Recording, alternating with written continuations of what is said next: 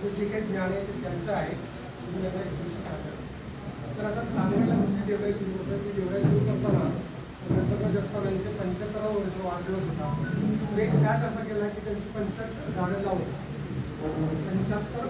40 प्रकारची झाडं वेगवेगळी 75 झाडं लावून वाढदिवस साजरा केला. तो काय केला तर सगळ्यांनी अशी आवाहन केली करा, ज्यांना ज्यांना आपल्या आईवडिलांबद्दल प्रेम आहे सगळ्यांनाच असतं, पण झाडं लावून व्यक्त करावं आणि त्यांची 60, 50, 100 वर्ष साजरी करताना ते पुन्हा 100 झाडं लावावं आणि तुमच्या आईवडिलांचं नाव राहील आणि ते झाडाच्या रूपात ऑक्सिजन देत राहतील, फळं देत राहतील, सुगंध देत राहतील. अशी ती कल्पना आहे.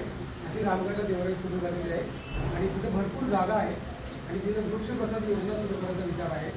कारण जी लोक अभिषेक करतात त्यांना एक वृक्ष रोग भेट म्हणून द्यायचं आणि ते लावायचं, म्हणजे त्यांना तो वाढलं की देव प्रसन्न झाला, आरोग्य मिळालं, समृद्धी मिळाली, असं झाडामुळेच भेटतं समृद्धी आरोग्य.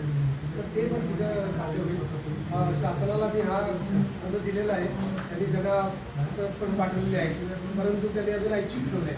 त्याच्याकडे त्यांनी लवकरात लवकर लक्ष देतील आणि सगळ्या महाराष्ट्रातल्या देवळांमध्ये तुळशी कंपल्सरी करतील आणि अभिषेक करणाऱ्या माणसांना त्याच्या आवडीनुसार त्याच्या इच्छेनुसार ते रोप द्यावं, तो प्रसाद म्हणून याच्यापुढे परंपरा चालू व्हाव्यात अशी एक अपेक्षा आहे. तर अशा देवऱ्या आम्ही वाढवणार आहोत. तर आजच 75वा वाढदिवस गणपतराव जगताप यांचा साजरा करून 75 झाडं लावून रामगडच्या देवऱ्याला सुरुवात झाली.